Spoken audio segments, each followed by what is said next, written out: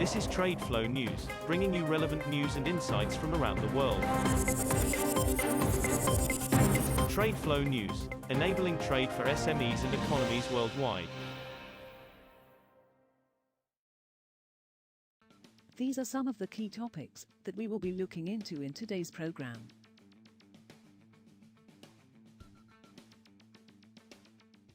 First, let's take a look at the overnight headlines which are impacting the commodity markets. China's record imports of Iranian crude in recent months has squeezed out supply from rival producers, forcing sellers of oil from countries such as Brazil, Angola and Russia to slash prices and divert shipments to India and Europe. The jump in Iranian volumes took the market by surprise and has capped global oil prices, although the Biden administration had been expected to resume talks with Tehran to revive a nuclear deal. Iranian oil started to slip into China from late 2019 despite tough U.S. sanctions, but volumes began to surge only since late last year as oil rebounded above $60 and buyers were emboldened by the prospect of the United States lifting sanctions under President Joe Biden. Ukraine's government is considering imposing curbs on sunflower seed exports and establishing a license requirement for sunoil exports, a move harshly criticized by traders and producers.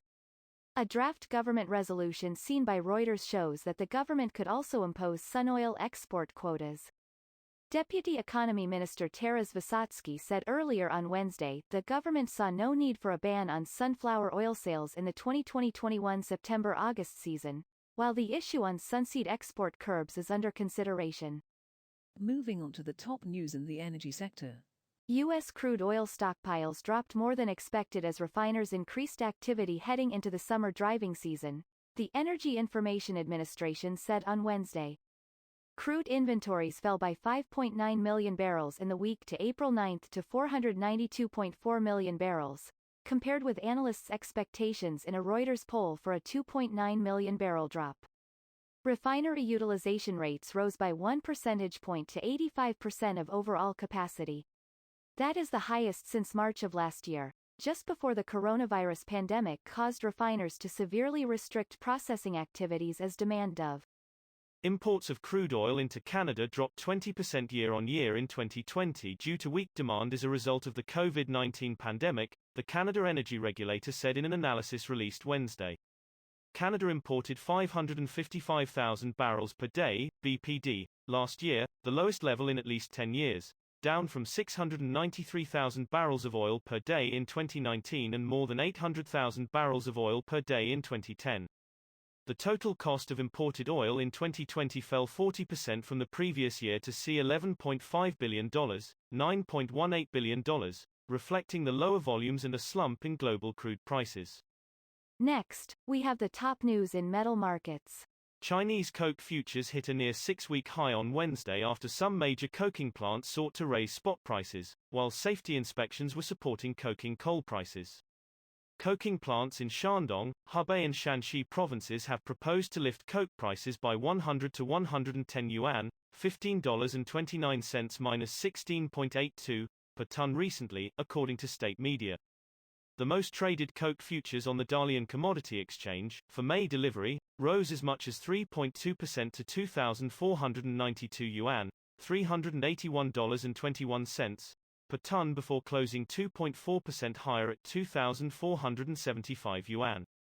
Gold fell on Wednesday as an uptick in U.S. Treasury yields weighed on bullion's appeal, while investors awaited speeches by several Federal Reserve officials in the wake of data showing higher inflation. Spot gold fell 0.3% to $1,739 per ounce, as of 10:45 a.m. Eastern Daylight Saving Time, 14:45 GMT. U.S. gold futures were down 0.6% at $1,738. The uptick in bond yields seemed to be adding some very light pressure to the gold market, said David Megger, director of metals trading at High Ridge Futures. We will now look at the top news in the agricultural sector. Brazilian production of ethanol from corn rose 58% in the newly passed year as dozens of recently built plants in the country's grain heartland ramped up production, and analysts see an annual increase of around 25% in the new season. According to a report by ethanol industry group Unica published on Tuesday, Plants using corn as feedstock to make ethanol produced 2.57 billion liters of the fuel in 2020-21, or the equivalent of nearly 9% of total ethanol production in the country. Brazil has historically made ethanol from sugarcane, but a flurry of investments in the number one grain state of Mato Grosso in recent years put corn in the raw materials mix to produce the fuel, which is widely used locally, either blended into gasoline or pure. That is all for today's news on commodity markets. Stay tuned to TradeFlow News as we continue to provide you with more updates. We also invite you to follow us on Twitter at TradeFlow News, which allows you to watch our program on your mobile device or desktop to receive information from there.